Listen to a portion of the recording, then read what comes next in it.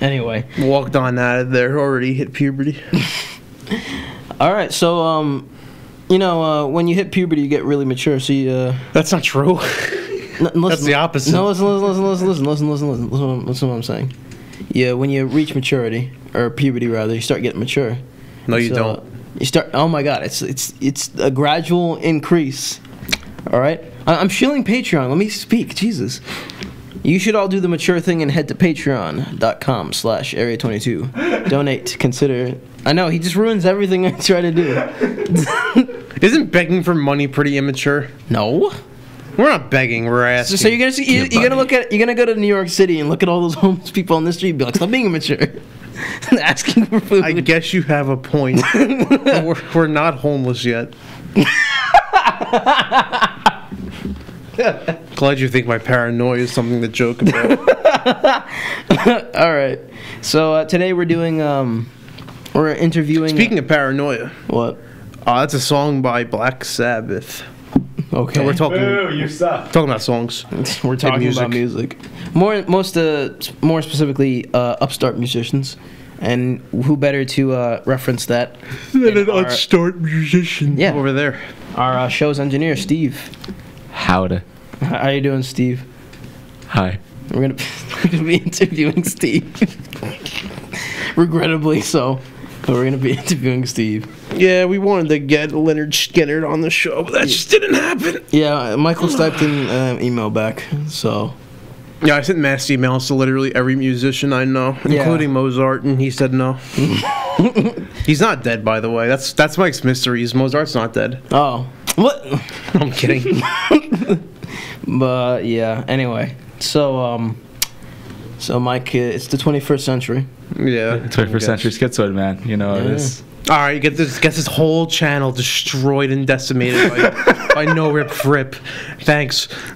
I even know what he said, but he said something about King Crimson. Oh, it's the 21st century, Mike. So accessibility to media has never been greater.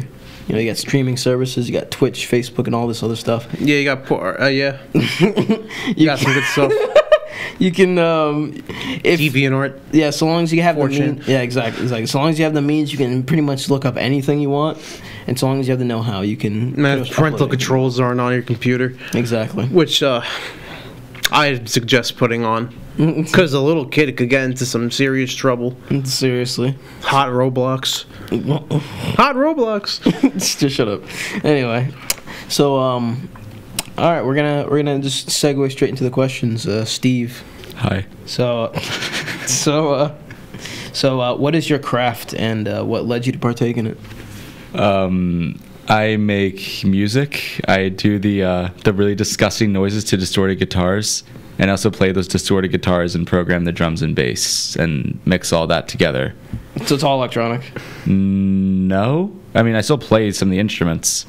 I just don't play all of them because I can't record a drum in my room. It's like scanning a picture.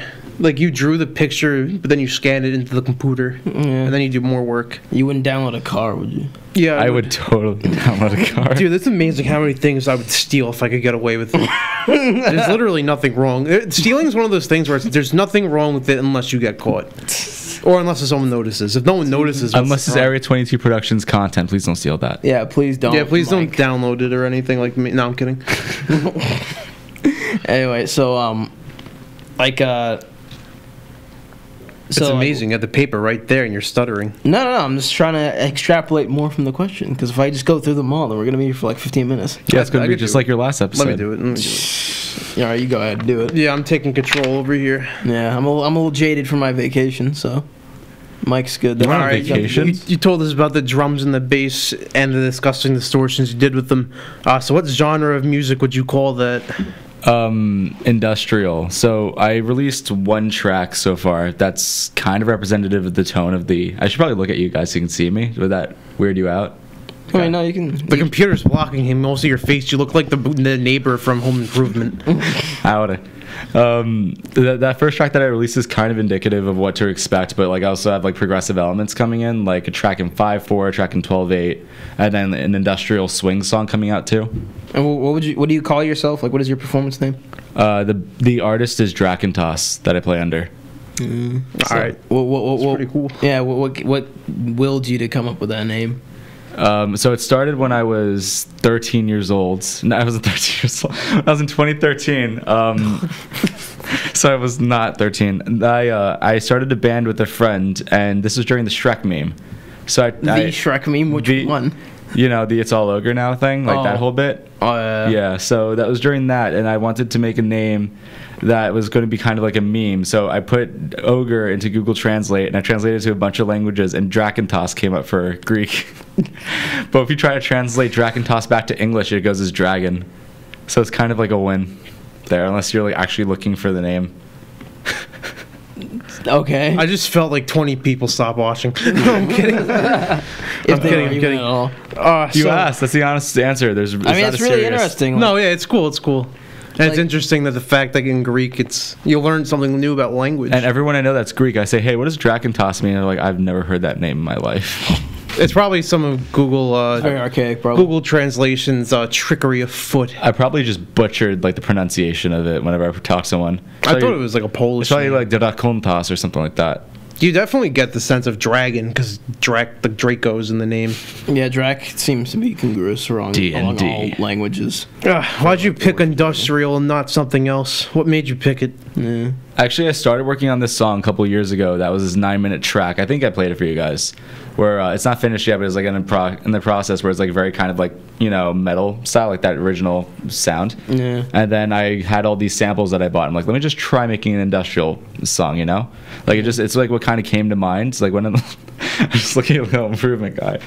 So like it came to mind like whenever I listen to like a really groovy industrial song, kind of gets you in that mindset, and I wanted to build a kind of atmosphere with that. And from that first track that I made before the industrial sound, I started building this like concept to the album, and I thought this was like a really good way to portray a piece of the story. But then I played it, actually I think at Mike's Halloween party. I played it for like the people there. They all really liked it, and then my friends really liked it, and they said I should make a full album in that style. That party was annoying too because everyone specifically wanted scary music. And then they went. I mean, that was a decently scary track relative. I mean, all scary music's like cheap because it's metal. I know, but like, I only want scary music, and then like they put on Monster Mash. The chance they get, they play something different. Spooky. All right, you could do the questions. That's exhausting. What do you mean? He's just saying words. Yeah. Wow. What you're like discrediting every other talk show host, podcast owner. Oh come on! Nowadays, talk show hosts English major might as well just be dragging their freaking butts along. Dragon tossing their butts along. I think they have fun. Yeah. I think like Conan has fun. Yeah, Conan's alright. I mean, Conan gets paid to have fun. Yeah. So do we. Kinda, yeah. I make calls on stocks. I don't need a job. Shut up. Actually, I'm a billionaire. Yeah, if you loan Mike $70,000, he'll give you back $500,000. It's only just only give me fair. like what $100,000. Not bad. It's a pretty good ROI. God bless you. Anyway, what? You're welcome. Thanks, Mike. Jesus. Take us through your creative process, Steve. Okay, so just like, what if I want to sit down tonight and make a new song? Yeah. So, all right, I'll talk about the process actually when I was making a song for you over there, Mike. Oh, word, yeah. I'll take you through that process. So I sit down at my computer. First thing I do is I just like get a drum sample out and I program some drums, just like a groove to it. You saw the process too. Yeah. Yeah, I program a bit of a groove to it, and I kind of imagine how I want it to go. And I already usually have some lyrics going in, just like what I want to talk about, where I just sit and write straight through it. I bring the song like into my mind, kind of try to build an atmosphere from it. So I track the drums together, I do bass for melody, and then I track guitars over that. I usually do 4 guitar tracks. I do 1 pan all the way left, 1 all the way right, and then 10 and 2 to give like that bigger sound to it. Repeat. Explain that a bit. So panning is let's say you're just listening to like a dot in the middle of your screen, right? Yeah. Like in the middle of your headphones. That's called a center pan.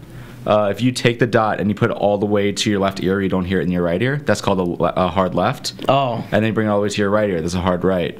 And then you can do like a bunch of variables in between. So if you look at panning like a dial, where you have like 3 and 9 being hard left and right, then I also have 10 and 2 for other tracks. So there you go with that. That's the whole process? No, that's with the guitar. Oh, okay. And then what I do is if I want to do strings or brass or stuff like that, like I'm doing for Baldwin over there, I go over to my piano and I write some melodies and I like figure out the key by breaking down the chords that I wrote. So it's definitely it's not as simple as playing an instrument. You have to legitimately construct something. Well, I know basic theory, but if I just sit there and I'm thinking like, all right, so this is an A minor chord, right? This A minor chord is composed of these 3 notes. Then I bring it over to the piano. I'm like, all right, how can I bring this and make it kind of like a meaty melody to it? So then what I do is I write some just like simple piano like key riffs, I guess. Yeah. I bring it over to back to Cubase, which is where I edit, and then I make I make an actual progression going along, seeing how it flows with the song and fitting in the time signature and tempo and everything. And then once I have all that together, then I just do like octaves or I do chords, things like that to beef everything up. And then that's like when I have everything tracked, and then I do vocals, which are last. I go back over it and I do the mixing process, which is another pain. Like if you don't get it, you know? Yeah. Solitude and E minor. How would you like put a price on all that effort? Like, so a lot of people, well, I don't put a price on my own music. I believe that my music should just be free for people to listen to. I don't like the idea of people having to pay for what I have, which is why it's on like Spotify and Tidal and Apple Music and everything. Cool. But you can't make music free on iTunes. Like Apple needs their cut. That's what they get their money from. So, but in terms of like if I was to take you right into the studio and I was to sit and produce you, and you just gave me, you had everything pre-written, let's say, and you wanted me to help you record it and then mix it, it could go from like as cheap as like $10 an hour to $50 an hour, depending on like the intensive work and like if we're using an outside studio. And how many hours would you probably say like it would take to create like a song that's like 3 minutes, like a song maybe that is in the same genre as you? Well, assuming you have everything put together, I could usually track. And if this is assuming that you don't have like a drum or anything, I'm writing all like the drums and the bass. You just have the guitar and the vocals. Yeah. If I'm like writing all that stuff on my own, it could take a full days of work.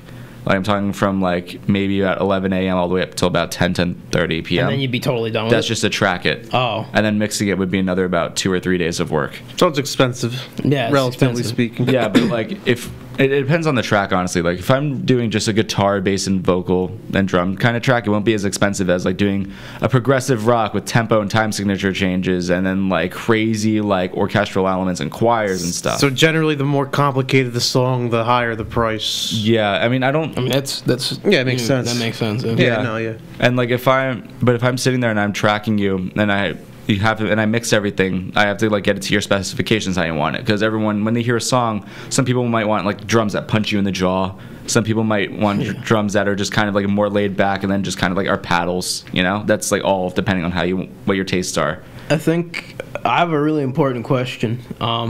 You know, like the episode's called The Upstart Musician. Yeah. And do you feel like, I wanted to really ask this question, I actually didn't even put it here, but I just thought of it.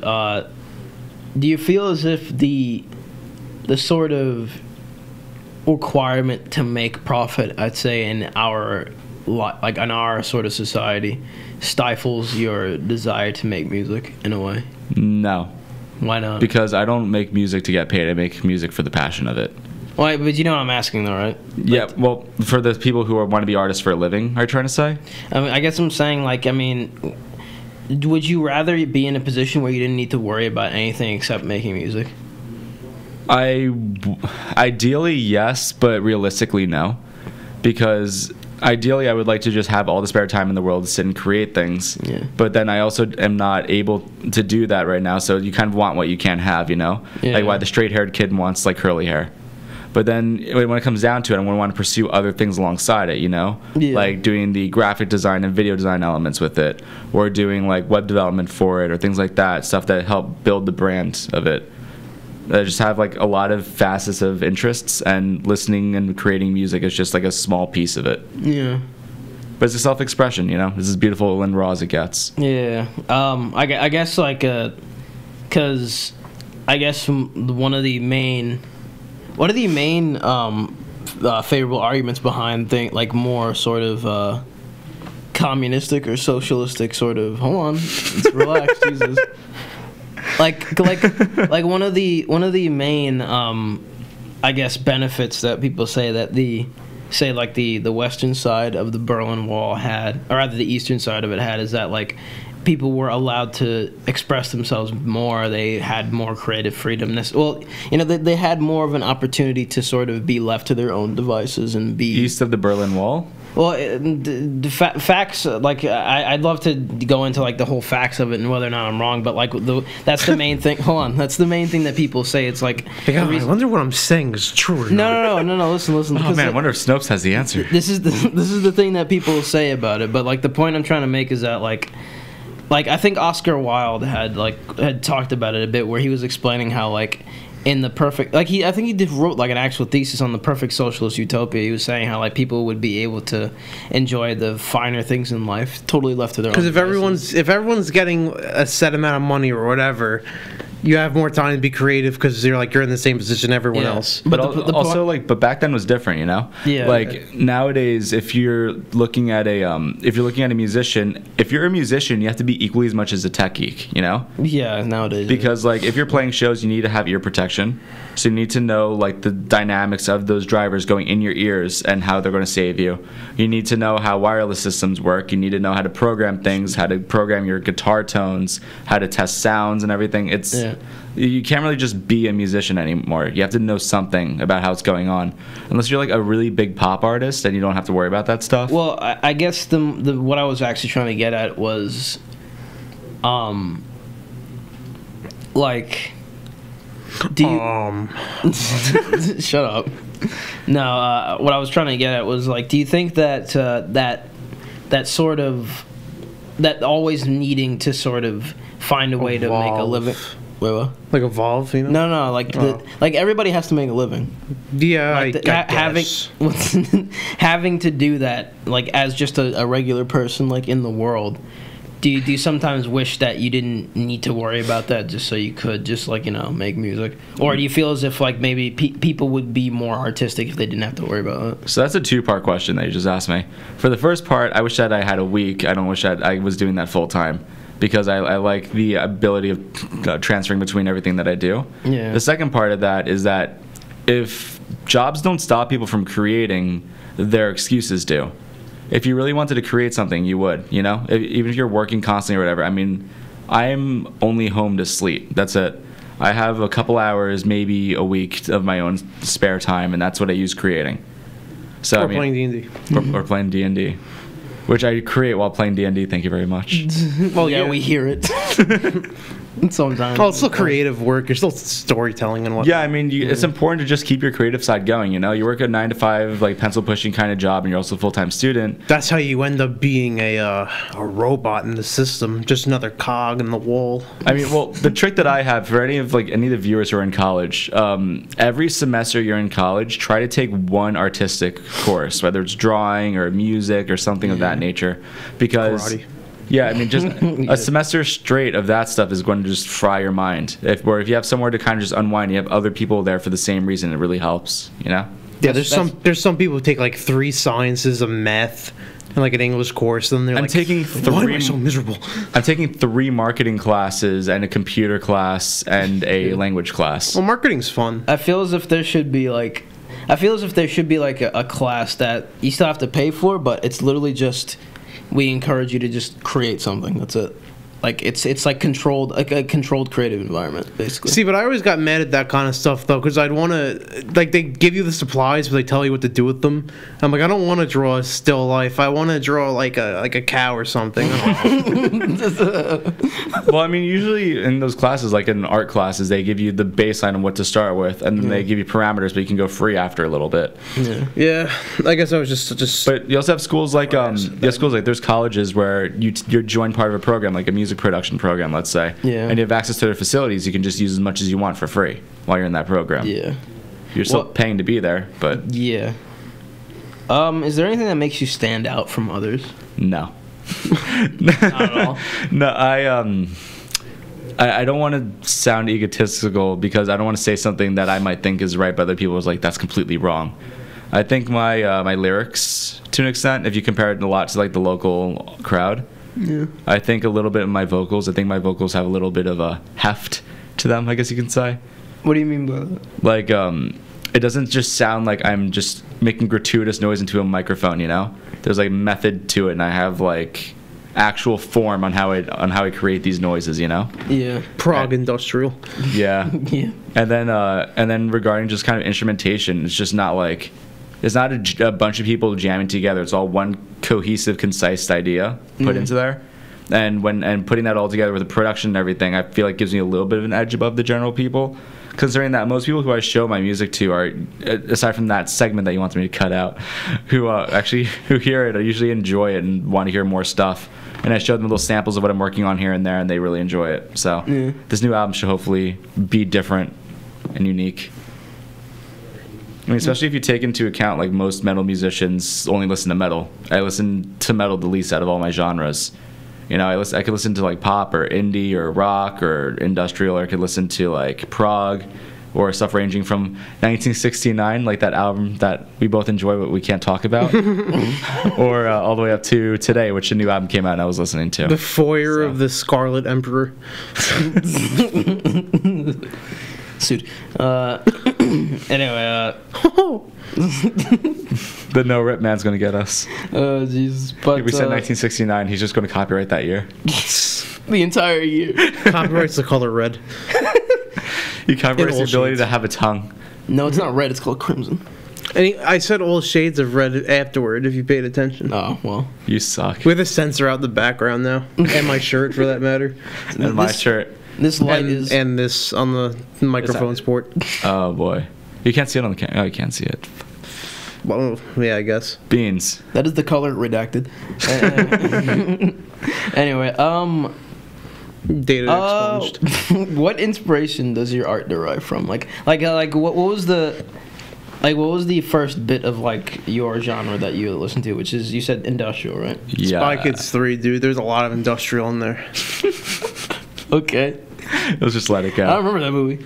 No, are you asking me like the first artist that I listened to where I found out what that sounded like? Yeah, I guess so. Yeah. I mean, the first artist I listened to with that sound was a band called The Witch Was Right with their song "I'll Take It All From You," which is like a really groovy, like kick snare kind of pattern. And it was just like, it was a really cool hybrid. I thought it was like a really cool bridge between metal and EDM. What is EDM? Electronic dance music, which falls under pop. But I feel like that was a really cool middle ground that like was super accessible to a lot of people, and it's just like a fun sounding track to play on like big speakers or whatever. Yeah. But regarding inspiration of like why I create, Yeah. I have Avenged Sevenfold. I don't know if you know who they are. I do. Yeah. I started with them. Their album City of Evil was one of the first albums I heard in its entirety. Had full like orchestral sections with like really bombastic choirs and like layered textured guitars and everything, just mind-blowing riffs. I remember I was talking to Mark about Backcountry. He even said that like that song's going places when it came out. And then this band, The Deer Hunter. I don't know if I should play that for you guys. The Deer. You showed me it once. Yeah, DEAR Hunter. They were a big inspiration. Muse was a big one. Yeah. I love his simple but effective guitar riffs, and then it goes, it could go to the metal side of the spectrum, like vocal inspirations from bands like Whitechapel or Cattle Decapitation or things along those lines. Why do you think? Crimson. King redacted. Why do you think? What place do you think that metal has in society? Like, or I guess that genre that you're referencing. Multiple answers. I believe if you're a geek, you're going to just be naturally more drawn to metal. Why? Yeah. Why? Because metal It's is, angsty, and you're angsty because of your social oppression. or because metal's more technical. Yeah, maybe. And if you're I'm sorry. Okay. That plant is moving. Okay. Call the foundation.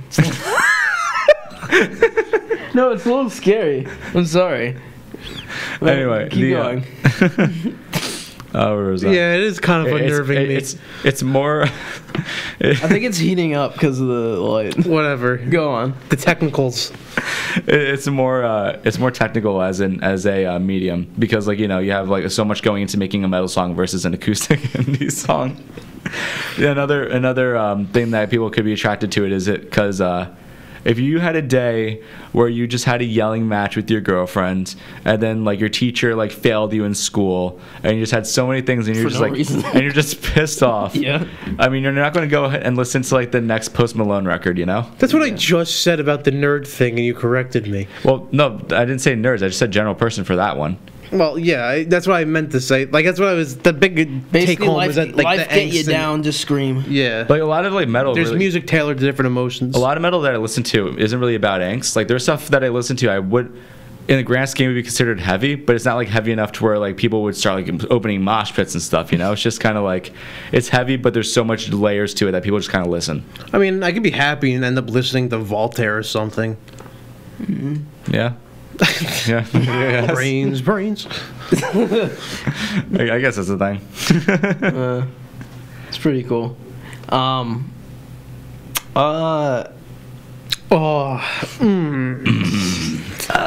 We should make a track with just Austin saying, Good. Anyway, let's do a musical right now. a musical. Yeah, let's sing What's it a gonna be song. called? A little shanty. I don't know. I don't have a guitar. I can squeeze this brandless water bottle. This brain. All right, what? and Brandless I'll whistle water right into the mic. What do you do? Please don't. Don't whistle in the mic. Please don't. My ears are sensitive. Do you know that song, Green Trees, Green Sleep, Green Sleep? No, I don't. Alas, my love, you daunt me so to leave me ever discourteously. Hold up, let me pull up that Shazam real quick. No, not Shazam. Is it called Shazam? What? No, you know that app that they get listen to the music, Oh yeah. and I'll be like, oh, I know this song. It's this. Yeah, That actually, sounds cool. when I registered my song, I actually had to spend money to make it Shazam compatible. It is Shazam. Yeah, That's copyright infringement. like when I put my when I put my track on, apparently you need to like register your fingerprint to the Shazam database for it to like actually authenticate your song. So wait, what if like all the members What if of you a don't have band fingers? are dead? What will they do? No, I mean like, well, if the members of a band did it through like a record label, it would still be there. Or like Beethoven, who did his? Beethoven, when it was re-recorded, I'm sure it was given. When it was in recorded- music, there's Oh, wait. in music there's something called an ISRC number, which is like a music's like social security number, like a fingerprint or something. Ah, okay. Where when a song is like up and when it's uploaded, it's like the wavelengths are translated into like a code, and then Shazam or SoundHound or whatever picks up that code and then translates it over to the song name. I always wondered how it works. Yeah. That's why when you whistle it doesn't work, unfortunately. Oh really? However, if you have Yeah. someone who tunes into the video and you whistle a copyrighted tune, they can just strike you up. You have I was watching this video about a guy who whistled the "Smoke on the Water" riff, and he didn't just whistle; he just hummed it softly. Please stop! Please stop! I did a different song. He hummed it, and Warner Brothers actually copyrighted the video and striked it and took away all monetization value. That's Oh my awesome. god. And I think it got taken down too. Like it got blocked in like multiple countries around the world. Jesus. Imagine for just me doing that laugh, we get copyrighted by Disney. This sounds like Mickey Mouse. Anyway, Steve, can you in any way describe the community of like-minded artists that you may come from? So the metal crowd, Yeah, sure. very friendly people, surprisingly. Like Surprisingly, why is it surprising? I got my Do they come nose. Maybe because they all, like a lot of them wear like leather and spikes and stuff. You'd be like, Or because I got my nose shattered in a mosh pit at a concert. that too. But Oh, no hard feelings. my bad, bro. Like he spin kicked me in the face. It's all cool though. What? I don't understand what happened. I just gotta fix the camera. Oh, Jesus. Keep going. Technical difficulties. Keep going. Well, like, don't you just want to get aggressive sometimes? You know, especially at a concert. Yeah, I don't understand. You're getting amped up. You just, like, I just want to push somebody and see how far you can push them. I don't like. That's the thing. That's the thing with me. Like, I don't get really. Like, I remember what your girlfriend said. Like about. Please be careful what you say. God, for the love of the earth, be careful. No, what you're about to me say. and being angry. Oh yes, okay. Like, do you remember what she said exactly? She said it's hard. It is hard to determine when you're angry because you don't express your anger. No, when he gets angry, he just gets more and more quiet. That's how he is. Yeah, he's just like, yeah, whatever. Really. Yeah. When he gets like really angry. I mean, the only time I think I've ever seen you snap was just after a really long day, and then me and Mike memeing with you, and then you just snapped at us, and that was it. I don't recall that. That was like, oh my god. But yeah, when you get angry, you're just quiet. If Austin's not talking, he sounds just like, he just sounds nothing. And most people get really abrasive. Yeah, but the thing is, like, I don't feel like the question I was gonna ask is like the whole thing with mosh pits. Like, I don't really understand. All right, so yeah, sorry, that goes back to your question that I did not answer. First part of that question, they're very nice. They're very nice people. They're usually very welcoming, very open to listening to your stuff, depending on the section of metal. If you're at like a show for like, you know, the typical radio rock bands, you know, they're not going to be as interested in what you're doing, and they're not going to care about you, or there's not going to be much camaraderie or whatever. But like if you're in a more niche show, like if you're in a show for a band that has maybe a few thousand fans or whatever, like 100,000, they're like touring around the country for their first tour, it's going to be much more family-like, you know. And also New York, like on Long Island, it's kind of weird versus going to like Brooklyn or going upstate, or like it's just different depending where. Second, mosh pits. When you're listening to something super aggressive and the only way to let things out is just to kind of like crash into other people, that's kind of like part of the fun of it. There's like multiple aspects to like a mosh pit. You have what's called the wall of death.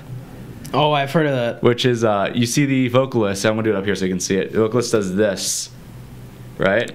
And when he does that, you see the center of the mosh pit open up, and you have half people go to the left side, half people go to the right side.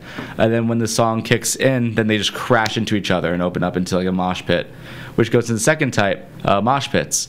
Mosh pits are just kind of like people who like swing around, you know, going like around in that crowd. There's push pits where people just crash into each other. There's really not much harm you could have, but like if someone falls or whatever, usually like they open up like a circle around them to like get them back up on their feet. Kind of thing. So it's not like Black Friday where people get trampled to death? No, in fact, it's really weird how like Black Metal Friday. It's really weird how much more civil like a metal show could be than like a pop show. But then you also have like also have like circle pits, right? Where it's like you have the mosh pit, but people are just running into circles as fast as they can, and they're crashing into each other. Wait a second, then I've technically been to a mosh pit before. I was at a Christian rock. Yeah, I went to a mosh pit at a Billy Joel concert. Apparently, dubstep shows have mosh pits. I wouldn't be surprised. But like the high frequency. But the crowd going to like the dubstep shows usually are like much more violent, from what I've seen. I mean, I'm just putting a blanket statement like people do on my genre, but Yo, Gabba Gabba Live was such crap. They didn't even open up the pit, dude. They did that for. I was at the Wiggles at Six Flags, and there was a wall of death. No, there wasn't. There was. No, there wasn't. There's photos of it online. Ooh, Jesus. Ooh, wow. Ooh, wow. Freaking the old men, like, yeah, they're a bunch of old dudes, aren't they? No, you just see a bunch of like angsty like teens and 20-somethings just like split. I was like 13 at the time. I knew what a mosh pit was. I was still listening to metal at like at 13, the Wiggles, 12. What were they doing at the Wiggles? When Fruit Salad kicked in. the Wiggles? Yes, that's what he said. I thought he said something else. It was at the Wiggles. Is that the Wiggles? Wait, Fruit Salad? Wait, somebody's like Fruit Salad? Fruit Salad! And like, it was like Fruit Salad, and they all open up. Fruit Salad, open up the pit! And they crash into each other. Because it's funny at that point. At that point, it's just pure No, irony. I was at this concert upstate, and it was like an actual metal show, but between sets they were playing music. They were playing Fireworks by Katy Perry, and everyone was just moshing and dancing around to it. Because those songs go in. That's the thing. Those songs go in. Wait, hold on. Back up. Back to the Wiggles and Fruit Salad. Why were they doing that? Wait, hold on. Was this like an official thing? Like like the Wiggles were there? Did the Wiggles really go like that? No, it was like no, they didn't. It was a Six Flags Wiggles, you know, like an offshoot Wiggles. But like it was still Wiggles playing music, because like I don't think that they would play at like a crowd of Six Flags. You know the Wiggles do like stupid hand signals. They're like doing all this stuff, and then they're like, and they're just like looking around like oh shit. sorry. Just crash into And everybody mosh pit. Imagine they stop the show and be like, "What are you guys doing?" There's no kids there or anything, because we were there during like a Why? weekday. It's the Wiggles. We were there during like a weekday. It was with camp, right? Okay. And like I was in like a teen travel thing. I was like 12 or 13, but we were there. We just see a bunch of kids there, and I remember like at the time I was listening to the new Avenged Sevenfold album Nightmare, which came out around the time. So I was still into metal. Wait. You said you were 13, and was it 2013? It wasn't 2013. Okay, so I was 13 years old. Okay. I would be scared if I was 13 in 2013. I don't think I'd be Maybe old 17 years old now. I wouldn't be old enough to do this job. I'd be prepared for 19. that. I'd be 19 years old. I wasn't prepared for that. Oh, we saw they did the wall yeah, death right. at a Wiggles. I was like, I wasn't prepared for that. Nothing prepared. You didn't even hear what he said. I thought he said like the wontons or something. I thought it was some kind of Chinese metal band. no, just seeing that. Like, what is wrong with you? I just remember seeing that and just like in a field. It was like one of those. It was one of those shows. It was like on a stage in a field, and I just see them split up and then crash into each other. To this tuna fruit salad. Imagine if it was like Yo Gabba Gabba with that. That'd be funny. Peppa Pig is playing up at the Paramount. There's talks of people going there to start a pit. Oh my god. The Peppa Pit. I don't think there's GA for those kinds of shows. Wait, but do you know like the whole? Do you know like the whole like thing about Peppa Pig being like a massive like cultural icon? Yes, in China? because in China, even though this has nothing to do with the show, in China, Peppa Pig is banned there, and so like it's a huge like I think it's a gang symbol, Revolutionary now. symbol? Yeah, it's like a revolutionary symbol in China. Peppa now. has power. It's just funny how things can go out the walls, like this show, for example. All right, that was funny. Anyway, Salad. is there any particular event that happened in your life that really sort of defined like this as your true calling or path? Bagels. I said bagels. Bagels are stupid. Kinda. I started doing screams when I was 16. I've been playing guitar since I was as long as I can remember. I was in bands in and out. You know how like those little childhood bands are that go nowhere. Yeah, I started making girls scream. Like, shut up, oh my god. And we're canceled. No, because I wore an Ooga Booga mask and scared them. From Cars Go though. Yeah. Right. Okay. Anyway, continue, Steve. I started doing high scream. There's two types of screaming: fries and false chords. I was mainly doing fries, which is like a really short frequency. I started doing fries for my low screams. People loved the way it sounded. I tried doing singing and stuff, and everyone's like, "You can't sing." I'm like, "Okay." so then I was at the office it was after our not July 4th, our Christmas party thing, and I think I have the video on Instagram. And my friend Chris, he wanted to hear what I sounded like screaming because he says he feels like I know that craft really well. I did it, and then he really liked the way my screams sound, and then he brought me to his friend in Brooklyn. I auditioned. They wanted to make music with me instantly. We kind of like had some falling out since then. I just started working on my music ever since like that point. I had the ability to write lyrics. I thought, I had the recording equipment and the know-how. Might as well put it to use. How much does all that recording equipment like together cost? Do you think? For what I have, or like a baseline? That's rude. No, for what you have. Are we including the computer or no? Yeah, like all the programs though, because like you told me like all these.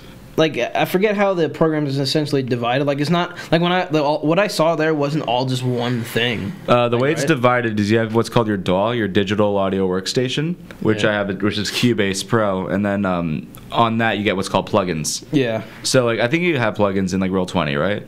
Yeah. Yeah. So like you have external sources that you use that were made by other people for Roll20. Yeah. So it's kind of like how it is for audio production. It's like other people make plugins, So they it's like sell mods. it to you. Yeah, kinda. They sell it to you, and like this one might be better at editing your voice. This one might be better at giving you reverb. This one could be like giving you like better like guitar tones. Yeah. or So things like just that. like a mod, you have to be careful that it Well, you buy them all. That's the thing. It's Oh, like well, yeah, a lot of people argue about the ethics of it because you have big companies that are known straightforward that they put one or two tweaks into their software and they charge another $200, and you have to like buy it because you want to be certified or whatever.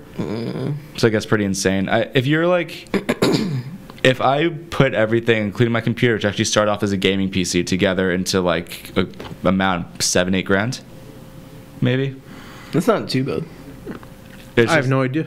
It's like it was a lot of just saving over time, you save for like your microphone, you save for your interface, and then you just like over time you start building more and more as you if you find yourself using it as a tool to your trade. Yeah. I guess is the best I could say. And what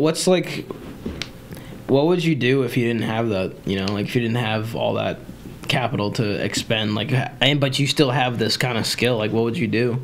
I would focus, and I guess this would be good for people who like are in that predicament. I would focus really hard on composing things that sound good and make sense. Yeah. and that like really can't be like poked holes in too much. That is like really like solid. Then go save up a couple, maybe $200 for a studio. Go into a studio, record it, make sure you practice so you don't waste money on like doing takes over and over again. Record all you can with that, and then pay a producer to mix it up for you if you don't have like the means to do it yourself. But usually, if you just have like a laptop and you can afford to spend $200-$300 on like your interface and microphone, you're good. Yeah. Another thing I would say to people is like, make yourself marketable, because I think that's one of the truly like free like things you can do. Well, the main thing that separates there's someone called a session guitarist, like session musician, where they basically just are given parts and they play it for you because you don't know how to play it or you don't have the means to do it or whatever. And they could be touring or in studio or whatever.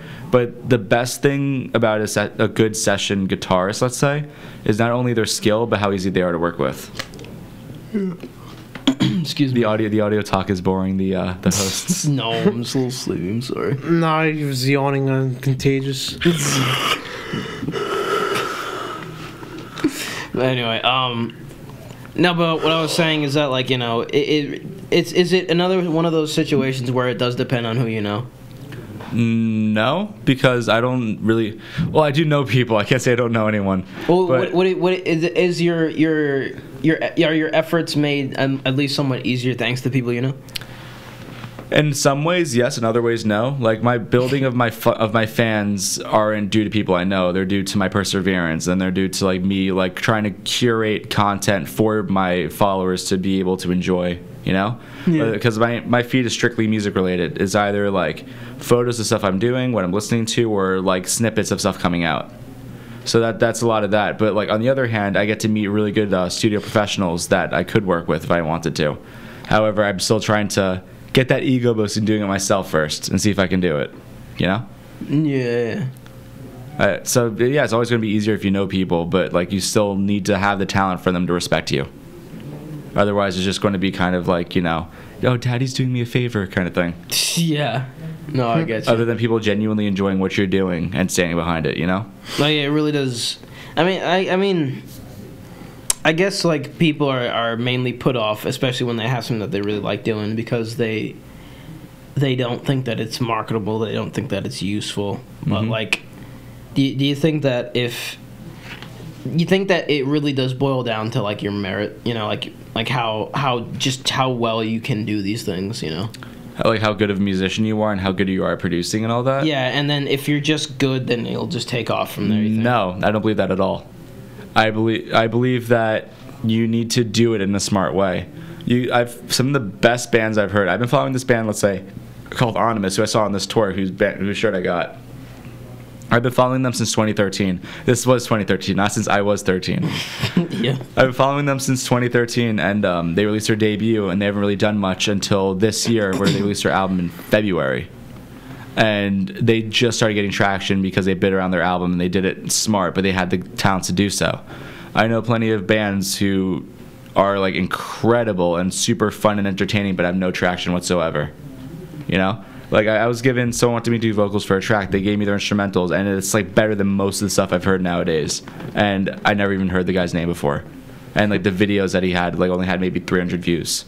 A diamond in the rough. Mm-hmm. So a lot of good stuff exists out there, but it's crowded by a lot of crap, you know? There's, like, on Long Island, we have a very prolific metal scene. Every, like, bar you go to usually has a metal show playing at the time. But, like... You're not going to find a lot of good bands in those bars, you know? You're going to find a lot of good bands trying to get into bigger venues with, like, content that they worked hard on for a while. Yeah. Like, that is... Like, I mean, this is a philosophy show. So, I'd say, like, the main thing that you can... Like, the way you can extrapolate from that, or extract, rather, from that is, it really does depend on temperament, you know? Like, yeah. Your mindset. And, shoot for the stars. Well, yeah, well, the mindset does have a... I'm not going to say, like, oh, make that classic, you know, pull yourself up by your bootstraps argument. No, but like, if you're... Like, it is... Like, what I'm saying, does have something to do with how you see yourself. Your mindset shouldn't be to make money. Yeah. You're not going... You don't make music to make money. You make music to make music. If you go into music to inevitably, like, bid around to, like, record labels and sell out, you're doing it for the wrong reasons because you don't have your heart in it. If you're making your music strictly for yourself and you know you're not going to make money from it, like that's just something you know, then just you keep going at it and you might have a chance. That's actually another thing. Do you think that like music has a kind of spirit to it? You know, like you can Soul, yeah. Yeah. There's definitely soul in music. I mean, if you compare like a Britney Spears song to like a Jeff Buckley song, you know, where Jeff Buckley's like kind of like nearly bawling his eyes out in every track, and you can feel the heart wrench. Are you trying to tell me that Britney Spears is toxic is not fire? I'm just saying she didn't write most of her songs. All right, well, Fully. toxic is fire. Fair point. I mean, it is fire. It's such a good song. Why is it such a good song? It's got everything going for it. I mean, it's not The Architects by Haken, who's another band that's barely known. It's Criminal, right, Mike? Yeah, I remember Dan from Game Grumps brought Haken up once. He did? Yeah, he What? did. Yeah, he did. Jesus, in what context? They were talking about metal. They were talking about bands. There's this one band called Haken that no one's heard of. You know, Aaron, have us on Game Grumps. We'll be good. No, we will not be. He can hardly play games. You want me to play games and make it worse? Jesus. No, Haken's like one of those bands, like I mentioned to you. You heard The Architect, Yeah, and you're like, and it was good. It's an incredible song, and the band was barely known. You know, Why is that? This is their 5th album, and they're finally first starting to get success. But how come legitimately great bands don't get as much success as you'd want them to immediately? I mean, there's thousands and thousands of bands out there. You have bands like Royal Blood who were good and who got noticed on their first album, but then you have bands like Haken who like really took a while for traction to gain on because they were just such a unique but not unique at the same time kind of sound. It's really hard to explain. Like if you listen to like They do mix around. listen to The Architect, they jump from like the really heavy, genty sound to like Dream Theater sounding music, and just all over. Yeah. So, but perseverance really is the key.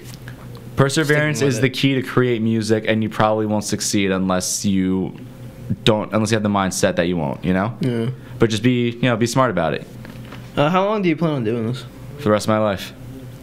I don't intend to ever stop. You know, why would I ever quit making music? Maybe one day I'll get tired of playing the same songs over and over live, but creating new stuff really won't be an issue for me. Imagine him being like, just having like an epiphany one day and becoming like the next Johnny Cash. Also, like music and taste is subjective. That's another problem. By the way, Johnny Cash is great. not Not his cover of Hurt. Spears. Well, no, not that one, but he did have. He had this one song called 25 Minutes. 25 Minutes that was really You should good. follow Britney Spears' Instagram. It's really wholesome. What about the Ring of Fire? She wholesome posts about her son and stuff. It's pretty nice. But there actually brings another point though. It's like that your tastes in what you create could change. I mean, you have bands like Bring Me the Horizon who started off as like deathcore and like really heavy metal, and now they're pop. So that's Or just quite a you have bit. King Redacted that started off really redacted and then it ended pretty redacted. Steve, we took a clip from like what Redacted. song is this? It's called Baptism of Earth. I released on Halloween, and I promise more stuff's coming. They heard it. They have evidence. So this is a snippet from Drakentoss's Baptism on Halloween. Baptism of Earth. Good prep. Baptism of the Earth. Enjoy. So let's listen to this.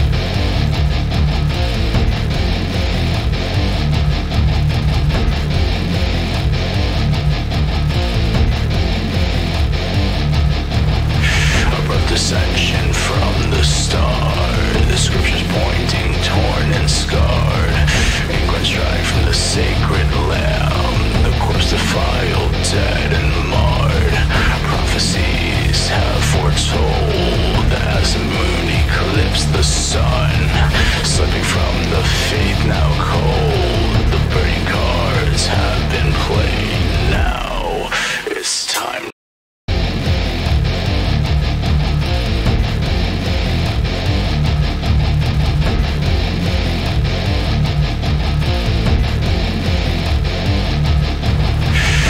Dissension from the start. The scriptures pointing, torn and scarred.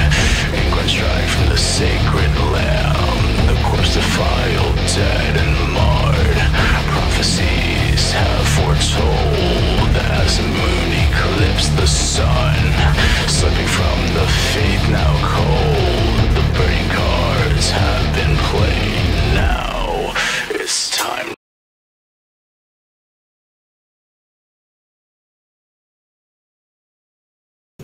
Okay. Okay, I hope you enjoyed that. That was- Definitely check out Drac and Toss on plug your stuff. What is it? What can I find you? You can find me on Instagram at @drakentoss_.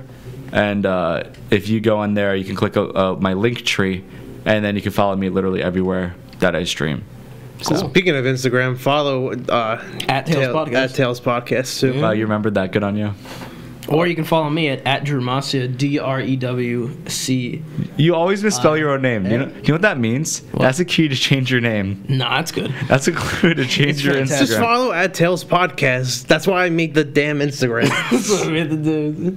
All right, Mike. It's time. I don't got Mike's Mysteries. You creep. No, I got one. Mike's Mysteries. It's the segment you've all. If you're just now joining us, Mike's Mysteries this is when Mike poorly describes a mystery that he's found on the internet. All right, but see, my friend that recently started working with me keeps giving me these cool little conspiracy theories, so I just steal his ideas now. Is it Sam? Yeah, it's Sam. Mike's Mysteries 39. Go. Sans. Well, technically, we've skipped some 29. time, but yeah, I think so. Anyway, so if you go on Google Earth, there's these well, first of all, you know the Nazca lines, those lines that look like in South America, I believe. They're like these mile wide like picture graphs of like a monkey, birds and things. You ever see those? They're like gigantic crop circles, but they're shaped like animals. And the mystery in that one is how did they even manage to do that? Because they're miles, like in primitive Earth. Wait. I think I know what you're talking. It's like line art, kind of. Like. Yeah, it's line art. It's but lines. It's like huge, right? It's huge. Yeah, I have seen that. Yeah. And like a lot of the mysteries, how they do that, like they'd have to be really good at math, and they'd have to have like an overhead view. Which, unless if they are aliens, they wouldn't be able to do. Well, in UFOs. To be fair, Aliens is a really good movie. Yeah, but they don't make art. Those aliens don't make art. They just kill things. Yeah. I mean, couldn't you argue that's art? It's self-expression. Anyway, no. The Art of War. The Art of War of the Worlds. Anyway, What the go on. Anyway, that's not Mike's Mysteries isn't over. That wasn't the mystery. Wait, it wasn't. Well, that's part of the mystery. But also, if you go on Google Mike's Earth, Mysteries Extra. if you go on Google Earth, and if you look at mostly in Canada in like wilderness areas, there's these perfect. And I'm sorry. Go on. And I'm not talking about the latitude and longitude lines. There's these perfectly symmetrical lines. Redacted. It is kind of like an SCP. That are just like in the ground. There's a lot of them too. They're like these perfect lines that are like clearly there, displacing the ground. And it's not, apparently, according to Sam, a very good resource and source. Heckin' Sam. It's not just Google Earth malfunctioning. They're really there. So when I go to this spot, what am I going to see exactly? You're going to see lines, like perfect, natural. Well, not natural. No one knows how they got there. But you're going to see perfect lines in the ground. Like, looking down, is it just like... That's just a line. How thin is it? Like, what do you mean? Like a line? The best way I can describe it... Is it like... It's noticeable from space. Like, from an aerial view, you would notice it. Wait, is it that long? So they're like... Yes. They're miles thick. They're miles long. They should be miles thick. It's almost like a grid system for a city, but with no city. Oh, so it's like... How thick? Is it like a road, or what is it? It's just a straight- line. It's just a strange, anomalous line. But how thick is it? Is it like this We thick? just said, or- but it's like miles. It'd have to be miles. No, not thick. Like, not long. I mean thick. Thick, miles. Yeah, it still have to be see if it's miles. For space. you people to see it, yeah, it'd have to be really thick. Oh, okay. Dummy thick. Double C's, boy. And nobody knows how they got there. I mean, you could say it was aliens. You could say it was people just like doing it for some reason. My suggestion was a canal system, but they're not long enough to fit anything down a canal system. There's just no one knows why they're there. So it's just like somebody just did this on the earth. You ever see that Looney Tunes episode where Bugs saws Florida off? It's kind of like that. That meme can is we relevant. do that IRL? Wait, what? Yeah, We I do know. that Oh my IRL. god. That meme is super relevant nowadays. Anyway. For one thing, that whole clip is just absolutely hilarious because he just does it and then it just floats away. It's freaking hilarious. Yeah, Florida is funny. Totally laugh at. Hold on, let me look up a quick Florida man. Yeah, all right. All right, New well- segment, Florida man. Hold on. You should play that game where it's like you put your birthday in and you see what article the Florida man gets. You know what came up? What? Hold on. I forget exactly what it was. Mine was something funny. It had to do with a shamrock shake. All right. Florida man arrested for throwing sausages at his mom. We're going down. Oh my. Great episode.